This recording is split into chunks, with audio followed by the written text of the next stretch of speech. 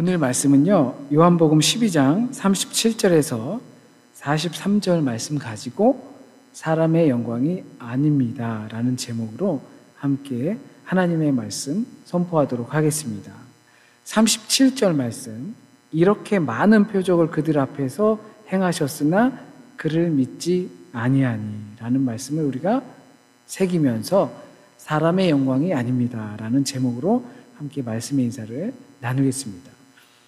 예수께서 수많은 표적을 보여주시고 그리고 자신의 정체성, 에고 에이미, 나는 무엇이다, 나는 선한 목자다, 나는 양의 문이다 라고 하시면서 여러 차례 반복하여 말씀하시면서 내가 메시아이다 라는 것을 드러내셨지만 오늘 말씀처럼 그 상황을 보고 듣는 사람들의 반응은 서로가 달랐어요. 어떤 사람들은 믿었고 어떤 사람들은 예수를 믿지 않았습니다. 심지어 어떤 사람들은 예수를 믿지 않는 것뿐만 아니라 예수를 죽이자라고 모의를 했습니다. 그 이유는 로마가 자신들의 영토를 그리고 권력을 빼앗아 갈까 봐 두려웠기 때문입니다. 자신들이 그토록 내 몸과 같이 내 온 존재와 같이 지켜오던 것들이 위험에 빠질 수 있었기 때문입니다. 이런 모습들은 성경에서 계속 반복적으로 나타납니다. 오늘 본문에서도 요한복음 전반부를 마무리하면서 이런 두 가지 반응에 대해서 이야기하고 정리를 합니다. 그렇다면 왜 믿지 못하는가라는 걸 한번 생각해 봤으면 좋겠습니다. 누군가는 믿고 누군가는 믿지 않아요. 어떤 사건을 본다고 해서 모두가 동일한 반응을 보이지는 않습니다. 어떤 이는 잘했어 라고 생각하고 어떤 이는 그러면 안 되지 라고 생각해요. 또 어떤 이는 그냥 아무 생각이 없을 수도 있어요. 그렇다면 왜 이와 같은 현상이 일어날까요? 똑같은 사건인데 그 사건을 보고 누구는 포지티브, 누구는 네거티브, 난 아무 생각이 없어. 왜 서로 다른 해석, 서로 다른 판단, 그리고 다른 행동을 할까요? 왜 누구는 예수를 구주로 믿고 누구는 적대시할까요? 매우 근본적인 질문입니다. 왜 누군가에게는 이것이 맛있을까요? 왜 누군가에게는 그걸 무슨 맛으로 먹니? 라고 할까요? 요한은 이렇게 말합니다. 예수께서 물로 포도주를 만드시고 안진뱅이를 일으키셨고 죽은 나사로를 살리셨습니다. 그 누구도 부인할 수 없는 확실한 증거들을 예수께서 보여주셨습니다. 우리는 글로 보지만 그때 당시의 사람들은 그것을 눈으로 보았습니다. 그럼에도 불구하고 믿지 않았던 이유는 요한이 말하기는 이사야서 6장의 말씀을 갖다가 표현합니다. 주께서 그들의 눈을 멀게 하시고 그들의 마음을 완고하게 하셨다. 그렇다면 요한은 이 예언의 말씀처럼 하나님께서 믿지 못하게 하셨다고 생각하는 걸까요? 이 사람들은 예수를 구주로 믿고 이 사람들은 예수를 구주로 믿지 않는데 하나님께서 이들의 눈을 멀게 하고 마음을 완고하게 하셨기 때문에 그렇기 때문에 그들이 믿지 않는 거다라고 말하는 걸까요? 그래서 내가 믿지 못하는 것, 여기 믿지 못하는 사람들, 이 사람들은 자신들의 책임이 아니다 라고 생각해도 된다는 걸까요? 물론 아니겠죠. 만약에 그렇다고 하더라도 이사야가 미리 예언했던 것처럼 이들이 믿지 못하는 것이 하나님께서 그들의 눈을 가렸기 때문이라고 만약에 한다면 그 사실을 알게 되었다면 어떤 반응을 보이는 것이 옳을까요? 하나님께서 우리의 눈을, 우리의 마음을 어둡고 완고하게 하셨기 때문에 우리가 제대로 주님을 보지 못하고 마음으로 믿지 못하게 됐다라는 것을 신약시대에 이미 이사야가 예언했다는 것을 내가 알고 있어요. 그러면 그것을 알고 있다면 어떤 반응이 나와야 될까요? 내가 주님을 제대로 믿지 못한다. 그것이 내 마음이 완고해졌기 때문이다. 그것을 깨달았다면 나의 눈을 열어달라고, 새 마음을 달라고 간구해야 되는 게 맞는 거죠. 만약 그렇지 않다면 지난주 말씀에 나오는 미랄처럼 나는 하나의 멋진 미랄로 끝까지 살아남을 거야 라고 하는 것과 같은 신세인 겁니다. 그렇기 때문에 하나님께서는 우리의 눈을 멀게 하고 마음을 완고하게 하셨다는 것으로 내가 믿음이 없다라는 것을 정당화할 수는 없다는 겁니다. 아무리 우리의 과거가 다르다고 해도 내가 범죄하는 것에는 이유가 될 수 없는 것과 핑계할 수 없는 것과 같은 거예요. 각자가 살아온 환경이 다르다 보니까 어떤 사람들은 그 환경 때문에 죄를 저지르기도 해요. 못된 짓을 하고 사기를 치기도 하고 도둑질을 하기도 합니다. 왜냐하면 내가 살아온 환경이 그렇게 나를 만들었어 라고 이야기를 해요. 내가 살아온 환경이 내가 믿음 없이 살아갔게끔 나를 만들었어. 타당한 이야기가 될 수 있지만 그거를 정당화시킬 수는 없다라는 겁니다. 아이고 불쌍해라. 아이고 딱해라. 그런 환경에서 자랐구나. 부모님도 안 계시고 주변에는 온통 깡패들만 득실거리고 그러다 보니까 네가 자라서 그런 못된 짓을 배우게 됐구나. 어이구 안쓰러워. 무죄 땅땅땅. 이게 안 된다라는 거예요. 그 상황은 안타깝지만 그래도 이 사회를 파괴시키는 그런 일을 벌이면 안 되는 거야. 네가 자라온 환경 덕에 예수를 구주로 믿지 못하는 상황이 벌어졌구나. 안타깝지만 그것을 알고서도 새로운 마음을 달라고 그리고 나의 눈을 열어달라고 간구하지 못하여서 믿지 못하는 것은 정당화될 수 없다는 이야기입니다. 그리고 또 요한은 이렇게도 이야기합니다. 관리들 중에 많은 사람들이 믿는 사람들이 있대요. 그런데 그것을 드러내놓고 고백하지 못한다는 겁니다. 그나마 마음이 덜 완고한 사람이 되겠죠. 그 이유에 대해서는 왜 내 마음속으로는 믿음이 있음에도 불구하고 왜 밖으로 드러내놓고 표현하지 못하냐? 출교당할까 봐 그렇다는 겁니다. 우리 한글 성경에서는 출교당할까 두려워서라고 표현했지만 이것을 그리스어 성경에서는 출교당하지 않기 위해서 그러지 않기 위해서 고백하지 않는다라고 표현합니다. 이러한 모습을 보고 요한은 단호하게 평가해요. 그들은 사람의 영광을 하나님의 영광보다 더 사랑하였더라. 두려움의 반대가 사랑인 거죠. 그래서 이들은 사람의 영광을 더 사랑했던 거예요. 그래서 고백하지 못한다. 아이들이요, 친구들 사이에서 이렇게 놀다 보면, 여기 독일은 거의 그 점심 때 끝나잖아요. 그러고 나면 이제 돌보미를 학교에서 하는데, 그 시간에 이제 주로 숙제도 하지만 노는 시간이 주로 많아요. 유치원도 가보면 유치원에서 뭘 가르치기는 하는 건지 생각이 들 정도로 계속 놀고를 합니다. 그런데 저희 아이도 경험이 있지만 놀다 보니까 그런 거죠. 친구들이 그런 말을 해요. 이제 너랑 친구 안 해. 너랑 안 놀아. 이 말을 들은 아이는 지금도 그 말, 너랑 안 놀아 라는 단어만 떠올리는데도 가슴이 좀 먹먹하거든요. 아마 어릴 때 경험이 있으셨을지도 모르겠어요. 그 말을 들은 아이는 정말 펑펑 웁니다. 딱 그 학교에서는 그냥 말짱 이렇게 대면대면하게 이렇게 나오다가도 부모를 보면 막 울어요. 제가 안 논다고 그랬다고 하고 막 그래요. 게다가 그게 이제 친구들 그룹에서 따돌림을 당한다 이렇게 하면 그러면 이건 진짜 이제 학부모 회의 열어야죠. 심각한 문제예요. 한국에서는 이제 학교 폭력이라는 게 있어가지고 그게 심각한 문제로 되지만 정말 애들은 물론이고 부모들까지도 마음이 편치가 못합니다. 그냥 놀다 보면 그렇게 한 건데도 그래요. 그냥 넘길 문제로 생각하지 못하죠. 내 아이에 무슨 문제가 있나? 아니면 저 친구가 문제가 있나? 그렇기 때문에 이들이 출교를 당할까 봐서 두려움에 쌓여서 겉으로 드러내지 못하고 고백하지 못한다는 것을 충분히 이해할 수 있는 부분입니다. 어떻게 영적인 일이 달려있는데 그걸 드러내놓고 고백하지 못해.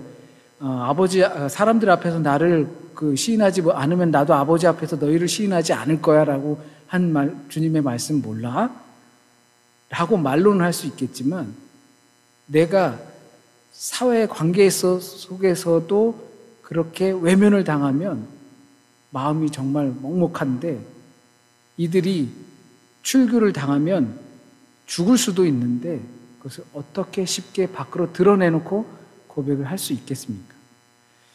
동아시아의 많은 나라에 선교들을 갔어요.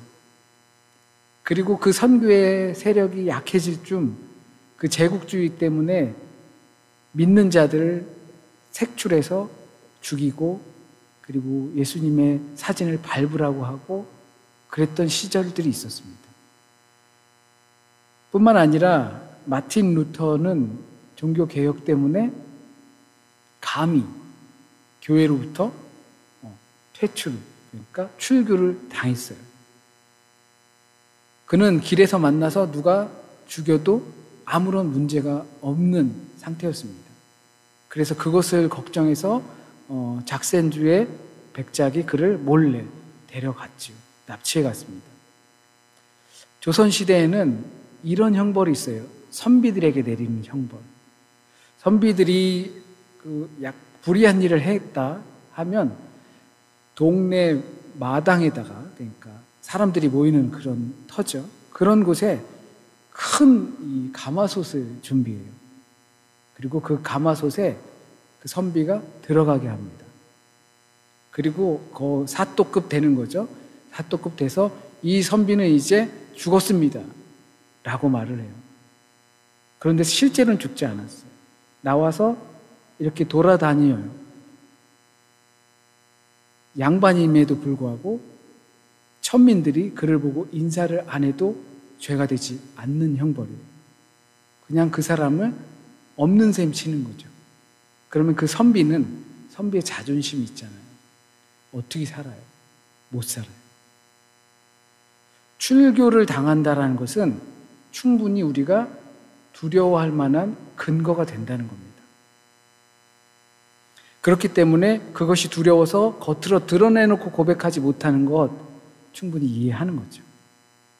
그런데 두려움은 분명히 우리의 마음은 물론이고 믿음도 그래서 꼭꼭 묶어 놓습니다. 그 두려움 때문에 표현하지 못하는 것처럼 옴짝달싹 못해요. 생각이 많아지게 하고, 그리고 그 생각은 우리를 복잡하게 만듭니다.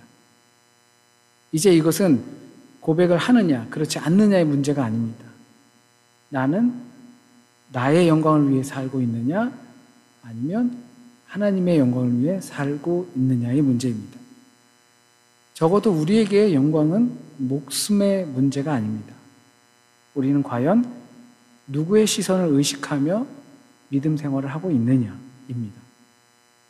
누구에게 인정받으려고 하느냐입니다.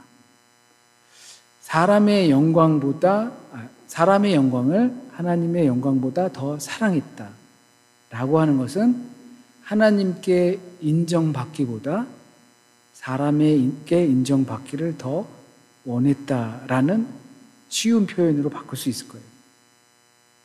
그러니까 하나님의 영광을 위해서 산다는 건 하나님께 인정받기 위해서 살아가야 한다는 겁니다. 사람에게 인정받는 믿음의 길을 간다면 분명 우리는 두려움에 휩싸일 수밖에 없습니다. 믿음의 길을 간다는 것은 사람이 아닌 하나님의 인정을 바라보는 것이고, 그 하나님을 경외, 곧 두려워하는 것입니다. 그래서 이렇게 권면드리기 원합니다. 오직 하나님의 영광만을 구하는 여러분이 되었으면 합니다. 저도 마찬가지고요. 다르게 표현하면 오직 하나님의 인정을 바라보시길 바랍니다. 그것이 하나님께서 원하시는 삶입니다. 내가 하나님께서 원하시는 삶, 하나님의 영광을 위해 하나님의 인정을 바라보면서 살아가고 있는가? 이것은 누구보다도 자기 자신이 가장 잘 알 겁니다. 왜냐하면 하나님의 인정을 위해서 살아가는 길은 내 곁에 인간적인 두려움도 같이 있다라는 것입니다. 왜냐하면 하나님의 인정, 하나님의 영광, 하나님의 삶을 원하는 삶을 살아가고자 하면 우리에게 따라오는 그 인간적인 두려움은 잃을까 봐, 뺏길까 봐, 그것 때문에 부족해질까 봐 염려되는 부분이 우리와 늘 동반합니다. 그러니까 믿음의 길을 가고 있는 우리들은 이런 인간적 두려움을 달고 다닐 수밖에 없습니다. 만약 내가 인간적 상실의 두려움을 갖고 믿음의 길을 가고 있다면 아주 잘못 가고 있는 것은 아니라고 생각합니다. 그렇게 사람의 영광보다 하나님의 영광을 더 사랑하면서 가시길 바랍니다. 똑같은 상황을 경험한다 해도 모두가 똑같은 판단을 내리지는 않습니다. 각자가 살아온 삶의 궤적이 서로 다르기 때문입니다. 그렇다고 해서 진리를 앞에 두고 자신의 삶의 궤적과 경험을 우선시하는 완고한 마음으로 계속 살아남을 수는 없는 겁니다. 혹시 그것이 내가 간직한 것의 상실에 대한 두려움은 아닌가? 지금까지 알고 온 그리고 지내온 사람과 많은 흔적들을 잃어버릴까봐 두려워서 그런 것은 아닌가? 이제는 용기를 내어 우리 삶의 모든 영역에서 오직 하나님의 영광만을 구하는 삶을 살아내시길 바랍니다. 세상의 칭찬보다 하나님의 칭찬을, 세상의 인정보다 하나님의 인정을 더 소중히 여기시기 바랍니다. 그럴 때 하나님께서 우리를 영원한 영광의 길로 인도하실 것입니다. 비록 완전하지 않다 하더라도 인간적 두려움을 달고 하나님의 인정을 향해 믿음의 길을 가는 저와 여러분이 되길 진심으로 소원합니다. 기도드리겠습니다. 사랑과 은혜가 넘치시는 하나님, 우리를 주님 앞으로 불러주셔서 주의 말씀으로 하나님의 삶을 살아갈 수 있는 용기를 허락하여 주시고 그 길로 인도하여 주시니 감사합니다. 주님, 우리가 완전할 수 없음을 고백합니다. 그러나 주님께서 세우신 그 창조의 목적을 따라 온전하게 갈 수 있음을 바라봅니다. 주님, 지금까지 살아오고 또 앞으로도 살아가면서 우리는 사람에게 인정받고 싶은 마음 때문에 하나님을 향한 그 인정을 깜빡 잊고 살아갈 줄 압니다. 내가 가지고 있고 내가 지켜오고 만들어온 것들을 빼앗기고 잃어버릴까 봐 염려되는 마음 때문에 하나님을 향한 인정을 잊을지도 모릅니다. 주님, 그때마다 깨우쳐 주세요. 그때마다 사람의 인정이 아니라 하나님의 인정을 더욱더 사랑하는 삶의 자리로 인도하여 주세요. 사람에게 인정받으려고 하는 그 마음 때문에 하나님을 멀리하는 두려움을 갖게 하여 주세요. 그래서 하나님을 향한 인정, 사랑이 더욱더 깊어질 수 있도록 주여 인도하여 주옵소서. 한 주간의 삶도 주님께 맡깁니다. 오늘 우리에게 주신 이 말씀이 매일매일 생각나진 않아도 우리의 삶에서, 우리의 생각과 영혼 속에서 우리가 지금 들어야 하는 온전한 하나님의 말씀이 남고 뿌리 내리고 열매 맺어서 우리의 삶의 좋은 길로, 하나님을 향한 길로 인도하게 하여 주세요. 이 한 주간의 삶 주님께서 온전히 운행하여 주세요. 우리의 몸은 건강하지 못하고 우리의 생각은 바르지 못하고 우리의 삶의 환경들은 완벽하지 못합니다. 그 상황 속에서 오직 주께서 인도하여 나가시는 그 은혜의 경험들이 한 주 내내 채워질 수 있도록 주여 인도하여 주옵소서. 모든 것을 주님께 맡기며 우리 주님 예수 그리스도의 이름으로 기도드립니다. 아멘.